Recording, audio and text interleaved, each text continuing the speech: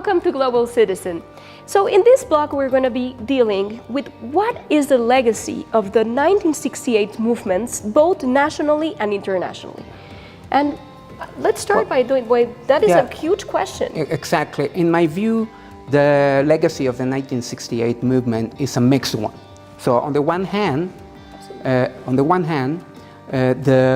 political demands of the students in 1968 for more liberty, for more democracy, for more equality, forced the PRI to actually open up the political system to the opposition.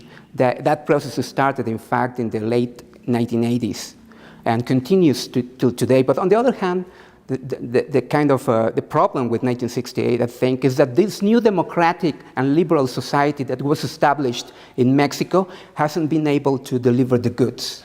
Absolutely.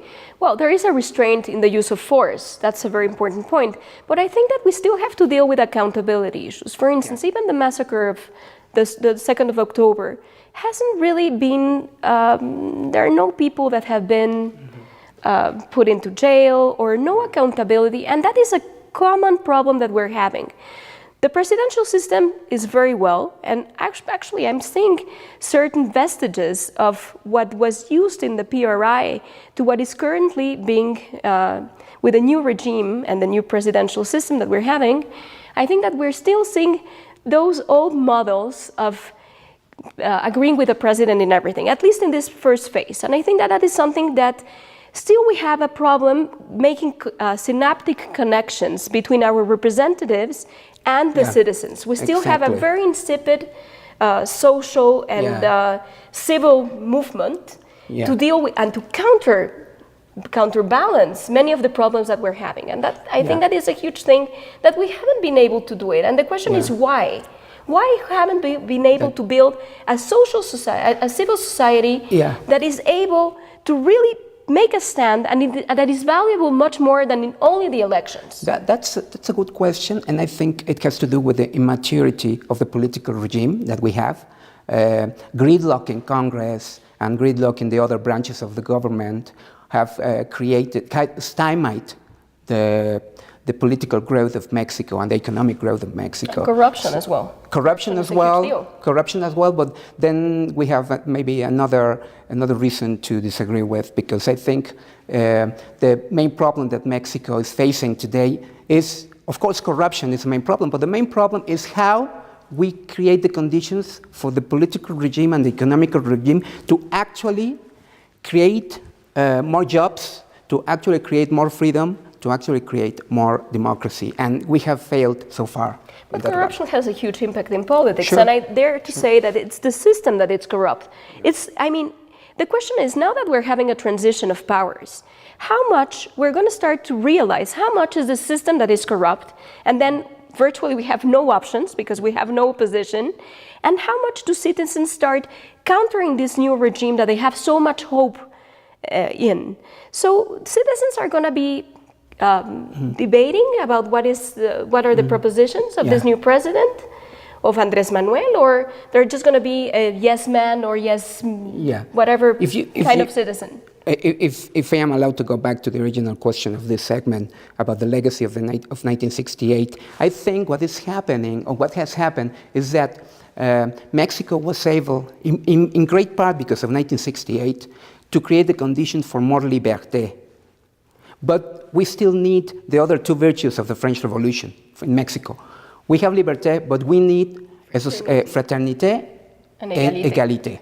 Yes, and we also have to say that we have democracy. After the elections that we had free elections. And I think that is a huge legacy of 1968 after so many important things. Also, we need to strengthen our institutions, because our institutions finally is what is going to give us the transition to another step of legalité and égalité. Legalité also is another thing that is not in the French Revolution. But that one also, the rule of law is an important thing that we have to work on.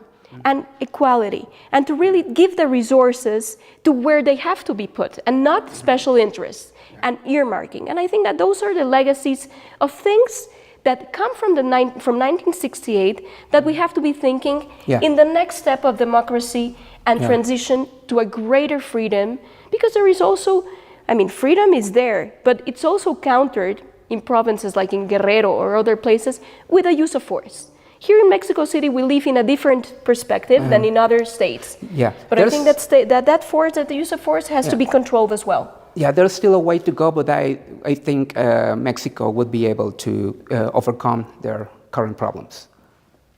I think that we have to work on that. And 1968 and the student movements, there is much more restraint in politics as we used to have. And student movements are met. Now, is there education of quality?